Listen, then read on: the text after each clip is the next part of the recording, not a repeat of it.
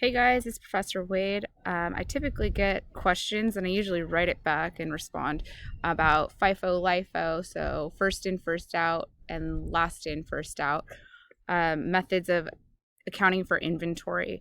Today I had a few extra minutes, so I decided to create this quick little video. I'm going to start with FIFO. So during the month, Army Navy surplus had the following beginning inventory and purchases. Army Navy surplus sold 318 tents during March. The selling price of each tent was $45. Determine the cost of goods sold and ending inventory amounts for March we're going to do average cost. So we're going to do FIFO rather. For FIFO, LIFO, and average cost, as well as specific unit costs, the first thing that you really should be doing is looking at the inventory records. So basically what you have over here is a snapshot of their inventory account, so the T account for inventory. So in column A, we have the number of units. So if you notice here, number of units in beginning inventory, so what we started March with. Then we have 3 purchases of inventory here, and the number of units that were purchased. First thing that we need to do is for column A, determine how many total units we had available. So how many units did we have in beginning inventory, plus how many units did we purchase during the period? So how many units did we have available to sell during the period, but we didn't necessarily sell all of them. So we need to add up column A, and that's going to total to 371 tents or units available to be sold during the period. So the sum of beginning inventory plus the purchases in units. In column B over here, we have the cost per unit. So notice that costs were rising. In beginning inventory, the cost was $16 per unit. And then as the purchases went through the month, it went from $18 to $20 to $21 per unit. And then the number of units we purchased at each of these levels. Think of when you go into Target or Walmart and you always purchase milk or you always purchase diapers, let's say, and it's not always going to be the same price. And this is very common even with business-to-business transactions. So after we look at this information in column A and B, we're going to calculate that total cost or that extended cost for each of those levels of inventory. So 75 units times $16 per unit is going to give us a total cost for this layer of $1,200. For March 3rd, 95 units times $18 per unit, $1,710 or $1,710, and so on. So March 17th is $3,300 for this layer of inventory, and then $756. After we calculate that total cost, which is sometimes given to you, but not always, after you calculate that total cost for each layer, you're going to add it up to calculate the cost of goods available. So of these inventory items available, what was the total cost of these items based on their unit cost and the number of units we had at that cost? So we're going to add up column C, and the total cost of inventory available was $6,966. So if I was to look in my inventory record at this point in time, before making any adjustments, I would see a balance in inventory as of March 31st, the last day of March, of $6,966 currently, because I haven't accounted for any of those units that I sold during the period. Over here, what I've done is I just created a T account for inventory just to kind of show you what's happening. In each example, you're either going to be given the number of units sold during the period or the number of units on hand.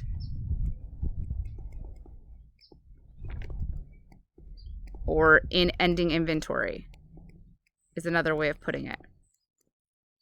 So basically what we're doing is for each method, we're separating out that cost of goods sold, cost of goods available into cost of goods sold, what we're going to expense, and ending inventory, the balance of ending inventory.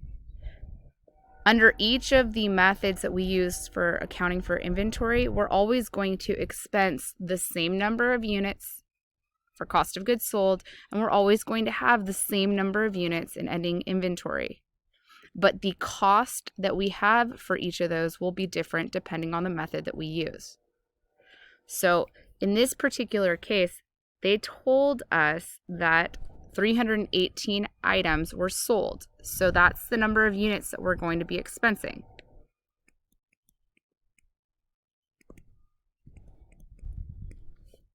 So I can do it over here. We know that we have 371 units available.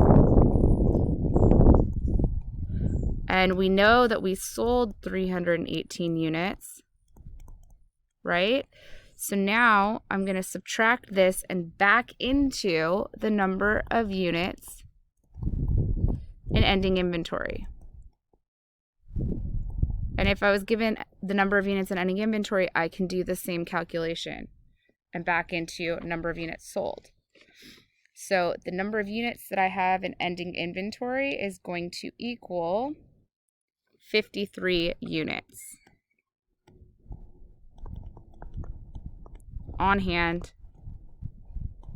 at March 31st. So, and I can put it in here into my T account. Now we can start FIFO. First in, first out. When we hear that, it's kind of confusing. What does that first in, first out stand for? The title always stands for how we cost of goods sold. So the first units that we purchase, so the oldest inventory that we have, is always going to be expensed first as cost of goods sold. We're always going to go in that order. We're going to start with the oldest inventory that we have. So FIFO, cost of goods sold. And we're going to work our way layer by layer until we reach the number of units sold. In this case, 318 units sold. So over here, what I've done is I've set up the same table as you see above. And for FIFO, cost of goods sold, we're going to start with beginning inventory. Did we sell at least 75 units? Yes, we did, because we know we sold 318 units. So beginning inventory is the first layer for FIFO, cost of goods sold. It always will be. 75 units were sold at a cost of $16 per unit. So not the selling price. I don't care about that. That's later. But we're going to expense 75 units at $16 per unit. So that entire layer, $1,200, is going to be expensed. Then I can go back and say, okay, next layer. So I've taken care of this first layer for FIFO. Second layer. Did I sell at least 95 more units? Well, if I take 95 plus 75, what does that equal? Take a minute, right? Is it 170? So did I sell at least 170? Yes, I did, because I sold 318. So I know that I'm going to expense all of the second layer, March 3rd. So March 3rd, 95 units with a cost basis of $18 per unit. Remember, we're doing that A times B again over here for that total cost. It's still the same calculation. And that entire layer of 1710 or 1710 is going to be expensed under FIFO. So I'm just going to do a quick little calculation over here because I know that we're getting close to the end, right? So if we sold 318 units, and right now we've accounted for 170 units, with the 75 units plus the 95 units. Now I'm just checking to see where I'm at. How many additional units do I need to account for? 148 units still need to be expensed. So I go to that third layer. Notice that I'm going in exact order. I go to the third layer, and I know this is the layer that I'm actually going to be dividing up, because I know that I didn't sell all 165 of these units. I sold 148 of these units. So the remaining units there are going to be left for ending inventory. They're going to be sold in the next period or expensed in the next period. And that is, oops, not 36, sorry about that, 17. 17 of those units in ending inventory. So from the March 17th layer of inventory, I'm going to expense 148 of those units at a cost basis of $20 per unit. And the total cost when I multiply that up is going to be, sorry, wait one second, 2,960. The last step is that I just want to calculate up and add up these total units sold and write it here so I remember that, yes, 318 units are the only number of units that are expensed because that's how many we sold. And then I'm going to add up the total cost here in that column to get FIFO, cost of goods sold. So under FIFO, cost of goods sold for the month of March will be $5,870.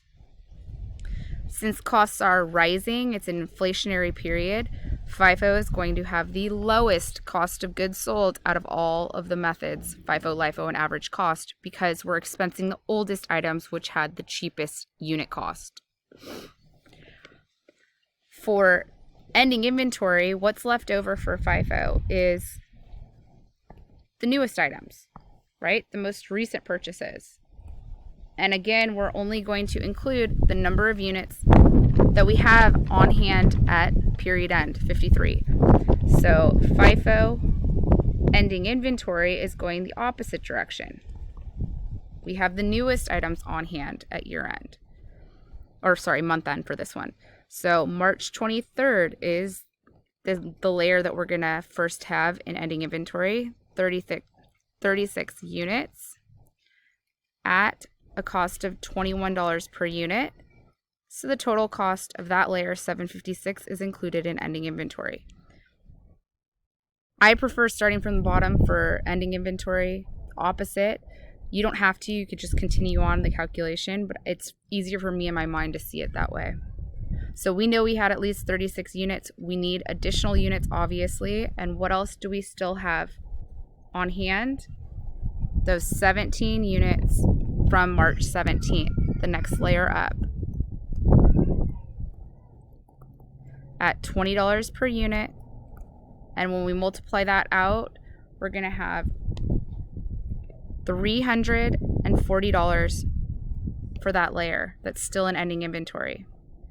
Again, I'm going to calculate out the number of units, 53 units on hand at period end. I know that's right? And the total ending inventory cost is $1,096 under FIFO. So I hope this makes sense. If you want to do a little check, and this will work because we didn't have any rounding at all, but sometimes it's slightly off because of rounding. When I add up the ending inventory balance plus cost of goods sold, that's going to equal cost of goods available, and it's just a check for you. The next video I'm going to make is about LIFO, so I hope this one on FIFO made sense. Let me know if